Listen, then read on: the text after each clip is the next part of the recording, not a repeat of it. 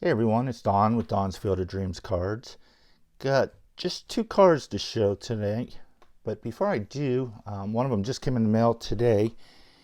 And when I got home, we just had a big rainstorm here in Pittsburgh, and I had a package. And instead of putting it in my mailbox, it was on my front stoop, which where I live, our mailboxes are on our house; they're not out on the street. So literally the postman or mailman or whoever literally could have gone another 2 feet and put this in my mailbox.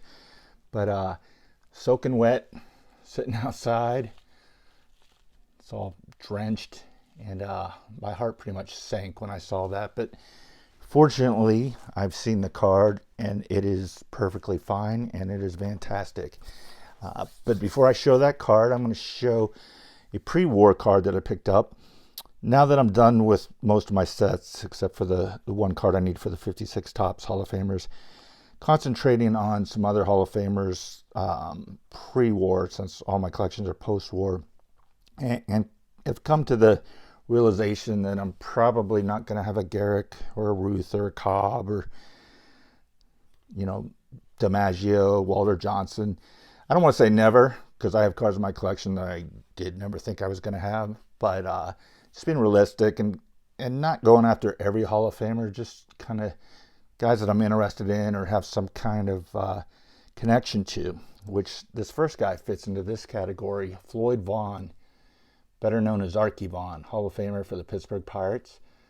Picked this up in a 2. Really happy with the shape of this. The next card that I'm going to show too is another great card that's a 2.5. So kind of following along the footsteps of other guys here in the last couple of months, just really looking for cards instead of the grade. And I can be a hypocrite with that because I have a collection that's all SGC, new label, 7 or above, and another collection that it's one Hall of Famer and a PSA and his other cards in an SGC. So in my defense, though, I did start those collections before I started focusing more on that. So I go both ways, sometimes the grade, the card, but just learning from other guys, you can just get some great cards and low grades. And I think this is one of them, this 1934 Gaudy.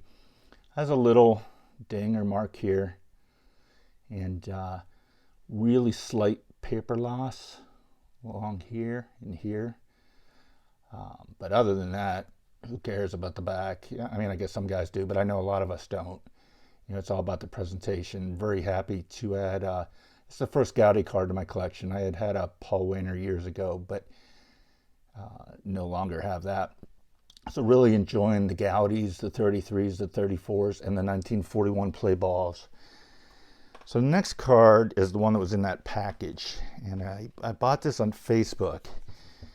And with the card came this PWCC Marketplace little flyer. And I did not buy this off of PWCC.